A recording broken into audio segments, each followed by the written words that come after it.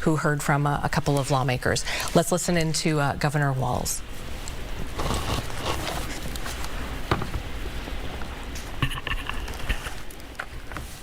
Good afternoon. Today I'm joined by Department of Public Safety Commissioner Bob Jacobson, Colonel Schaefer of the Minnesota National Guard, and Colonel Bogojevic of the Minnesota State Patrol. This morning we learned that an ICE officer shot and killed someone in Minneapolis. My deepest condolences to the family, to the loved ones who had to learn about this tragic event on national television. We have been warning for weeks that the Trump administration's dangerous, sensationalized operations are a threat to our public safety, that someone was going to get hurt. Just yesterday, I said exactly that. What we're seeing is the consequences of governance designed to generate fear, headlines, and conflict. It's governing by reality TV, and today that recklessness cost someone their life. I've reached out to Secretary of Homeland Security Kristi Noem, and I'm waiting to hear back. Let me be clear, Donald Trump and his administration may not care much about Minnesota. That's been pretty evident, but we love this state. We won't let them tear us apart. We'll not turn against each other. To Minnesotans, I say this: I feel your anger. I'm angry. They want a show. We can't give it to them. We cannot. If you protest and express your First Amendment rights, please do so peacefully, as you always do. We can't give them what they want. The hearts and minds of the people in this state are on our side. To Americans, I ask you this: please stand with Minneapolis. To Minnesotans, know that our administration is going to stop at nothing to seek accountability and justice. The State Bureau of Criminal Apprehension are working on the investigation. We have activated the State Emergency Operations Center. State Patrol and Minnesota National Guard leadership is connected with the Minneapolis Police Department, the St. Paul Police Department, Hennepin County Sheriff's Office, the DNR, and Minnesota's Homeland Security and Emergency Management. We have activated dozens of members of the State Patrol's mobile response team. And from here on, I have a very simple message. We do not need any further help from the federal government. To Donald Trump and Kristi Noem, you've done enough. There's nothing more important than Minnesotan safety. I've issued a warning order to prepare the Minnesota National Guard. We have soldiers in training and prepared to be deployed if necessary. I remind you, a warning order is a heads up for folks. And these National Guard troops are our National Guard troops. They're teachers in your community, they're business owners, they're construction professionals. They are Minnesotans.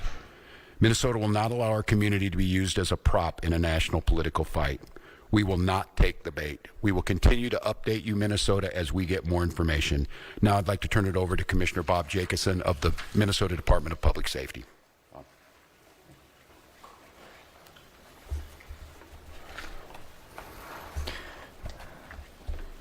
Thank you, Governor. As the Governor mentioned, my name is Bob Jacobson. It is my honor to serve as the Commissioner of the Minnesota Department of Public Safety. First of all, I want to acknowledge the reason that we are all here. The loss of life is not anything anyone would ever want. We fully expect that the community will want to peacefully demonstrate their anger or frustration. Minnesota residents and visitors have the right to peacefully demonstrate. We recognize that demonstrations are often driven by strong emotions, beliefs, and certainly a desire to be heard. Our role is to help ensure everyone can express themselves without anyone getting hurt. The Minnesota Department of Public Safety's role through the Minnesota State Patrol is to ensure safety, protect constitutional rights, keep roads accessible, and above all, to prevent harm. Our top priority is public safety. Our focus is keeping demonstrators, community members, drivers, and law enforcement safe, especially during moments of heightened tension or uncertainty. Demonstrations must remain safe and lawful, particularly around roadways. We will join with our partners to support safety while respecting the right to protest. With that in mind, I'd like to share a few safe and lawful ways to demonstrate. Minnesotans can safely and legally express their views in many ways, including getting together peacefully with others in public spaces, marching or walking, not on roadways, making your voice heard through chants, speeches, and displaying signs, being present in public areas where pedestrians are allowed, gathering in designated or permitted areas, and these actions will allow people to express themselves while protecting the safety of everyone involved. Unsafe or illegal actions could result in fines or arrests. Certain behaviors create serious hazards that threaten public safety, disrupt emergency services, or put people at risk. These actions could result in fines or arrest. Demonstrating on or entering a freeway on foot, walking on highways, throwing objects, starting or setting fires, damaging property or graffiti, using illegal fireworks, displaying or using illegal weapons, reckless or dangerous driving, especially near pedestrians, and certainly assaultive, aggressive, or riotous behavior toward anyone. We all want definitive answers to what happened today. Our Bureau of Criminal Apprehension is working in conjunction with the FBI to investigate this morning's shooting. As you know, we don't comment on active investigations, but also keep in mind that this is an investigation is also in its infancy. So any speculation about what had happened would be just that. And we will not engage in speculation. With that, I will turn it back over to the governor. Thank you. Thank you, Commissioner. We'd be glad to take any questions. What do you mean when you say that you're the National Guard at the ready? Yeah, and I can let General Schaefer talk about this. It so happens it's a training weekend. We've got about 7,500 troops in training at our sites, training sites across the state. What it is, and in the National Guard, you give a warning order, which is a heads up of something could be coming. That just allows people to think about what they would need, what it would mean to mobilize, what it would mean to put them in. And I could let the General talk a little bit about this. Obviously, since the summer of 2020, we had a lot of work done on teams being ready to make sure that civil unrest. And what that means, and I think Commissioner Jacobson was very clear, and I want Minnesotans to hear this from me. The desire to get out and protest and to speak up to this administration of how wrong this is, that is a patriotic duty at this point in time, but it needs to be done safely. And I think the commissioner simply just laid out some of those parameters. We can do that. This is the peaceful resistance that we need. Simon, you want to say a few things about what that means to have them on the ready? Yes, sir. Thank you, Governor. So for the military, Minnesota National Guard is comprised of 13,000 soldiers and airmen. We live all across and work throughout Minnesota. A warning order is just an initial step to increase your preparations. The Minnesota Guard is always prepared to respond and support state agencies and the citizens of Minnesota.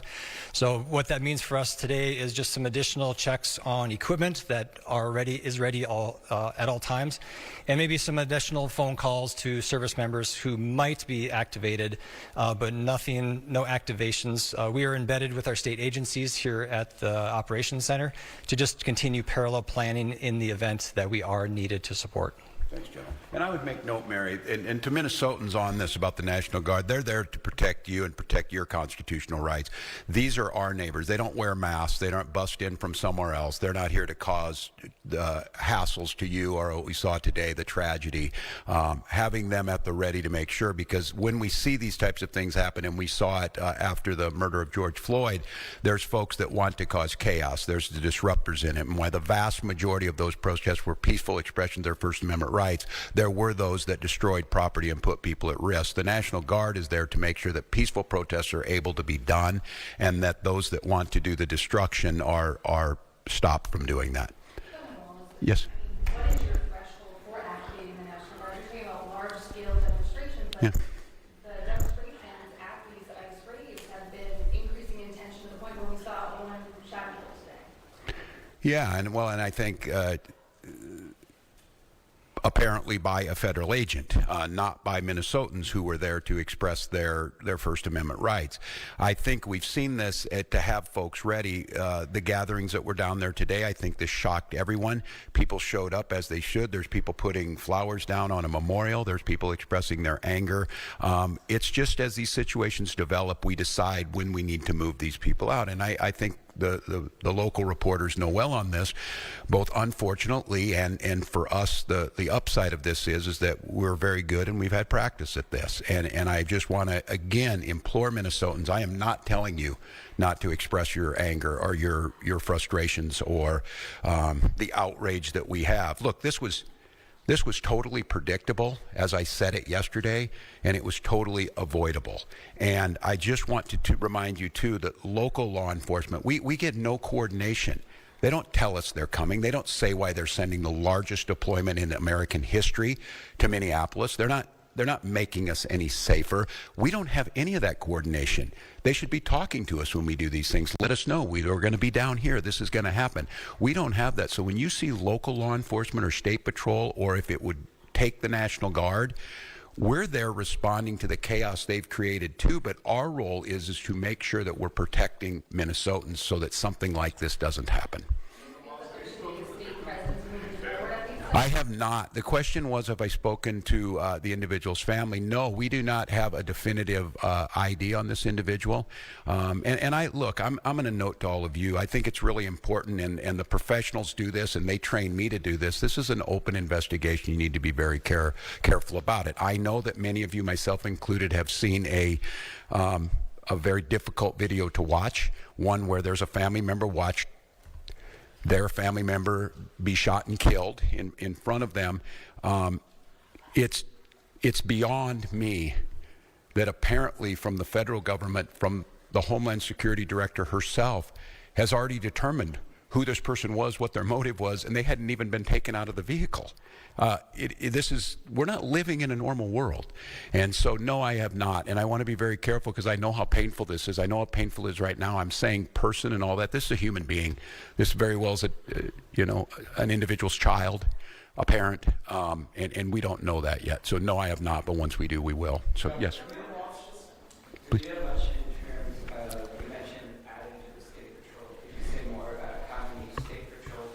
Colonel, would you like to do that? And then also, Colonel. So the governor was mentioning mobilizing more of the state patrol. How many state patrol people are on the ground in Minneapolis right now? And should there have been more state patrol people on the ground a couple of weeks ago when I came? So the question was, how many state patrol troopers have been deployed to the city of Minneapolis? Right now, we don't talk typical numbers because that is considered security information. We do have a specialized team that does deal with crowd control, and so they have been deployed. But again, they are from all over the state of Minnesota, so they will come in tiers to the state. And they had already been on the ground to some extent before today? No, it was in response to this event. One more. Sorry, just to clarify the intention of deploying the National Guard, is there any chance that the National Guard will be deployed against federal agents to protect Minnesotans? I'm sorry. What was it? Has the National Guard ever been deployed against federal agents to protect Minnesotans, given the context of what happened earlier today? Well, I said this yesterday. We've never been at war with our federal government. I think in this case that the National Guard is their main mission. They have a dual mission. There's the federal mission when they're under Title 10 orders, and then they're under Title 32 orders. In this warning order, there's nothing officially been done yet. If I am to activate them as the Commander-in-Chief of the Minnesota National Guard, I will issue the executive order to the Minnesota National Guard, and then they will be put in state duty status. And as you've seen over the last few years, that could be flood prevention, that could be after a wind-blowing storm up in the north, up in Bemidji, or it could be COVID or George Floyd response. In this case, again, it doesn't necessarily change the mission. They're there to protect Minnesotans. They're there to serve Minnesotans.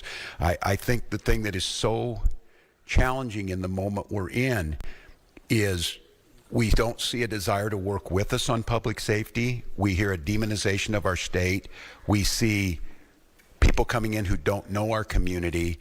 And we see this massive display for the TVs that we're trying to understand how is this coordinated. And some of you watch the videos on there, total chaos. And look, I have very limited work in this is the training in the National Guard, but I've had a lot of training now to watch how our professionals operate. After this person was shot, federal agents milling around, touching the vehicle at a crime scene and things, I don't know what to tell you, and I don't quite know how to respond to the question other than my primary responsibility as governor is the protection of the people of Minnesota, and you can be assured whether it's the State Patrol or whether it's the National Guard, their deployment is there to protect Minnesotans from whatever it is. If it's an act of nature, if it's a global pandemic, or in this case, if it is a rogue federal agent. I don't know at this time, and I want to be very careful. It's unprecedented that we have the federal government's already determined exactly what's happened here and the motives of an individual that we don't even know the name. They don't know the name, and that's very difficult. So, well, one more, Dana. Dana.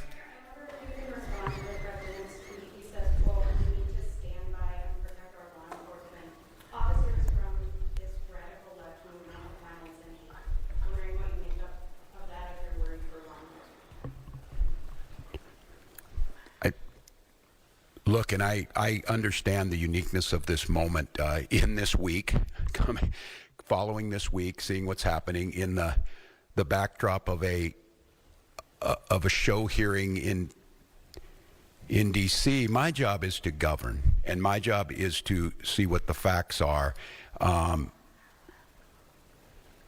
This happened a couple of hours ago, and we're already pitting American against American. All of you saw a video in your eyes. We have a chaotic situation caused by the largest deployment in American history of federal agents into a community with no communication to locals. We had a chaotic situation where an individual is in their car, shot and killed. And so, look, I want to be very cautious here because Donald Trump will make this about me. He will make this about politics. This is about public safety, and this is about normalcy. To Americans who are watching this, if you're in Portland or you're in LA or you're in Chicago or you're wherever they're coming next, stand with us. Stand with us against this. This was so preventable, so unnecessary, and I don't know. I hope. Maybe we're at the McCarthy moment. Do you have no decency? Do you have no decency? We have someone dead in their car for no reason whatsoever. And I don't want to be right about this, but I said if they do this, they're going to create a chaotic situation where someone innocent's going to get killed. And they did it. And now we hear more political rhetoric. Enough. Enough is enough. And so to Minnesotans, don't take the bait. Do not take the bait. Do not allow them to deploy federal troops into here. Do not allow them to invoke the Insurrection Act. Do not allow them to declare martial law. Do not allow them to lie about the security and the decency of this state. And let's let this investigation play itself out. Let's make sure we protect our neighbors. I encourage you to use your First Amendment rights and all of your constitutional rights, but do so in a peaceful manner. We'll gather back with you as soon as we gather more information that needs to be put out. But again, stay safe, Minnesotans, and we'll be back with you. Thank you, Bob. All right, we were